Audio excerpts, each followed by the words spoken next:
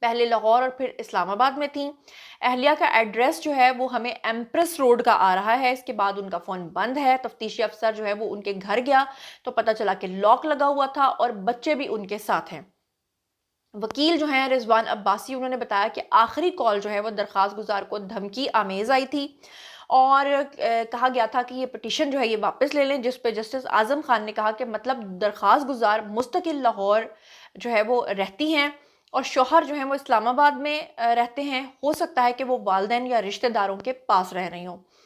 D S P legal کا کہنا یہ تھا کہ لاپتہ ڈپٹی ڈائریکٹر کی آخری لوکیشن جو ہے وہ F6 کی آئی ہے اور اس کے علاوہ سی سی ٹی وی کیمراز جو ہیں کہا جا رہا ہے کہ وہ چیک کیے ہیں اور واٹس ایپ ڈیٹا اگر مل جائے تو سب کو پتہ چل جائے. واٹس ایپ ڈیٹا کے لیے ڈی ایس پی لیگل نے 1 ہفتے کا وقت مانگ لیا ہے. عدالت نے پولیس کی استدعا منظور کی ہے اور مغوی کی بازیابی کے لیے 1 ہفتے کا وقت جو ہے وہ دے دیا ہے. اچھا یہاں پہ اب میری پرسنل رائے ہے. اسلام آباد جیسا علاقہ F6 اگر وہاں سے وہ غائب ہوئے ہیں تو آپ کو کیا لگتا ہے کہ بس ایسے ہی وہ غائب ہو گئے ہیں اور کوئی کیمراز نہیں ہوں گے، کوئی سیف سٹی کیمراز نہیں ہوں گے، کوئی سی سی ٹی وی فوٹیج نہیں ہوگی؟ سمجھ میں آتی ہے آپ کو بات؟ میری سمجھ میں بالکل بات نہیں آتی. مجھے لگتا ہے کہ یہ بات کے کبھی امکانات ہیں کہ کوئی حساس ادارے کے لوگ جو ہیں وہ ان کو انویسٹیگیشن کے لیے اٹھا کر لے کے گئے ہیں، کیونکہ یہ باتیں سامنے آ رہی تھیں کہ رشوت طلب کی گئی ہے. تو اس حوالے سے obviously اگر انویسٹیگیشن ہو رہی ہے تو میں آپ کو یہ بتا دوں کہ اگر وہ 10 روز سے غائب ہیں تو آج میں بھی یہاں اور آپ لوگ بھی یہاں پر ہیں. جہاں تک میرا ایکسپیرینس ہے، اس طرح کے ادارے جب آپ کو انویسٹیگیشن کی غرض سے اٹھا کر لے جاتے ہیں تو وہ 3 ماہ سے پہلے اس کو رہا نہیں کرتے. 3 مہینے تک اب وہ اندر رہنے والے ہیں. لیکن حیرت انگیز بات یہ کہ بیوی اور بچوں سمیت یہ بات سمجھ سے باہر ہے. بہرحال اب جناب چلتے ہیں جی آج کی اگلی خبر پہ. اگلی خبر جو ہے وہ اچھی خبر ہے، کیونکہ ساتھ ساتھ بیلنس بھی کرنا ہوتا ہے تو اچھی خبریں بھی ساتھ ساتھ آپ کو دے دوں. پرائم منسٹر شہباز شریف نے ایک بہت بڑی خوشخبری کا اعلان کیا ہے، لیکن اس میں کچھ آپ دیکھ لیجئے گا کہ خطرات بھی ہیں. لیکن اچھی چیز کا انیشیٹو لیا ہے تو اس پہ بات کرنا بہت ضروری ہے. انہوں نے کہا کہ جناب ہم ٹرانس افغان ریلوے، اسلام آباد تہران اور استنبول ریلوے کوریڈور کے اوپر کام کر رہے ہیں. یقین ہے کہ بڑے منصوبے جو ہیں وہ خطے کی اقتصادی صلاحیتوں کو یکجا کر دیں گے. علاقائی روابط میں اضافے سے معاشی اور تجارتی شعبے میں انقلاب آئے گا. یہ کہہ رہے ہیں جی شہباز شریف. وہ انگریزی میں کہہ رہے ہیں تو میں نے آپ کو اردو میں سارا ترجمہ کر دیا ہے.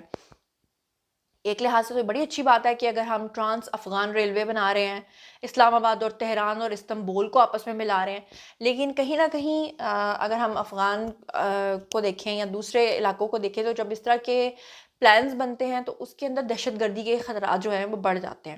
تو بہرحال اللہ تعالیٰ ہمارے ملک کو سلامت رکھے. لیکن اگر ایک اچھی اور پازیٹیو خبر ہے تو وہ آپ کے ساتھ شیئر کرنا بہت ہی ضروری تھی. اچھا اس کے ساتھ ہی آج کی اگلی خبر جناب یہ ہے کہ پاکستان سمیت 15 اسلامی ممالک جو ہیں انہوں نے اسرائیلی جو پارلیمنٹ ہے اس کے اندر ایک منظور ہوا ہے معاملہ بل، اس کے اوپر انہوں نے سختی سے اس کو نامنظور کرنے کی بات جو ہے وہ کی ہے اور اس کی مذمت بھی کی ہے. یہ کون سا بل ہے جسے اسرائیل نے پاس کر دیا ہے جناب؟ وہ آپ کو بتاتی ہوں. پاکستان سمیت 15 اسلامی ممالک اور 2 تنظیموں نے مشترکہ طور پہ اسرائیلی پارلیمان میں منظور ہونے والے غیر قانونی بلز کی سخت مذمت کی ہے اور اس اقدام کو انہوں نے صہیونی ریاست کی جانب سے مقبوضہ مغربی کنارے پہ خود مختاری مسلط کرنے کی کوشش اس کو قرار دیا ہے. 17 اسلامی ممالک تنظیموں کی جانب سے جاری یہ جو مشترکہ اعلامیہ ہے، اس میں اسرائیلی پارلیمان کی جانب سے 2 مسودہ قوانین کی منظوری کی سخت ترین الفاظ میں مذمت کرتے ہوئے کہا گیا ہے کہ اسرائیل کے مقبوضہ مغربی کنارے کے اوپر خود مختاری مسلط کرنے کی کوشش جو ہے وہ ناقابل قبول ہے. تو یہ اہم خبر تھی جو کہ میں نے کہا کہ آپ کو دے دوں. اس کے ساتھ ہی آپ کو یہ بتاؤں کہ پاکستان کے اندر حالات چاہے کچھ بھی چل رہے ہیں، ٹی ایل پی والا معاملہ آپ کے سامنے ہے، سعد رضوی والا معاملہ آپ کے سامنے ہے، آئے روز کچھ نہ کچھ ہو رہا ہوتا ہے، لیکن اس کے باوجود ہمارے جو آرمی چیف ہیں وہ اور جو ہمارے پرائم منسٹر ہیں دن رات کام کرتے چلے جا رہے ہیں. پہلے کچھ لوگوں کو شکایت ہوتی تھی کہ پرائم منسٹر جو ہیں وہ دوسرے ممالک کے دورے کرتے ہیں، لیکن دورے نہیں ہو رہے ہیں، یہ باقاعدہ طور پہ بین الاقوامی روابط ہو رہے ہیں اور پھر ان کے ساتھ معاہدے ہو رہے ہیں پاکستان کی معاشی استحکام کی خاطر.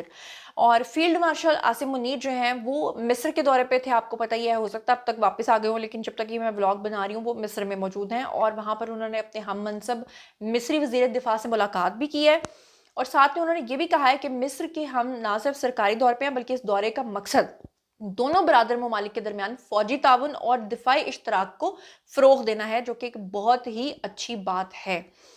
آئی ایس پی آر کے مطابق انہوں نے کہا کہ فیلڈ مارشل مصری جو وزیر دفاع ہیں ان کا جو دفاعی پیداوار ہے جنرل عبدالماجد سکر ان کا نام ہے، اور مصری مسلح افواج کے chief of staff lieutenant general جناب ہیں احمد خلیفہ فتحی، ان سے ملاقات کی، اور اس کے بعد جو ہے انہوں نے کہا کہ یہ چیزیں بہت ہی مددگار ثابت ہوں گی۔ تو ایک طرف جہاں آرمی چیف جو ہیں وہ ملک کی بقا اور معاشی استحکام کے لیے اور ہمارے دفاع کو مضبوط کرنے کے لیے معاہدے کر رہے ہیں، وہیں پر جو ہمارے پرائم منسٹر ہیں وہ بھی لگاتار ملاقاتیں کر رہے ہیں، دوسرے ممالک میں جا رہے ہیں۔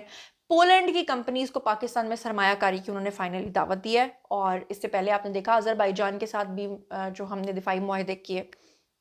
شہباز شریف سے پولینڈ کے نائب وزیر اعظم اور وزیر خارجہ کی ملاقات ہوئی، باہمی دلچسپی کے امور کے اوپر تبادلہ خیال ہوا، اور پولینڈ کی کمپنیز کو پاکستان میں سرمایہ کاری کی انہوں نے دعوت دی۔ پاکستان ٹیلی ویژن کے ایکس اکاؤنٹ پہ فراہم کردہ جو انفارمیشن اب تک آئی ہیں اس کے اکارڈنگلی کہا گیا ہے جناب کہ پورا ان کا ایک اسکواڈ جو ہے وہ وزیر اعظم کے ساتھ گیا تھا۔ سب کے نام لوں گی تو ڈیٹیل بڑی لمبی ہو جائے گی، لیکن وزیر اعظم نے پاکستان کو پولینڈ کے درمیان کئی دہائیوں پر محیط خوشگوار اور دوستانہ تعلقات کے اوپر بات کی۔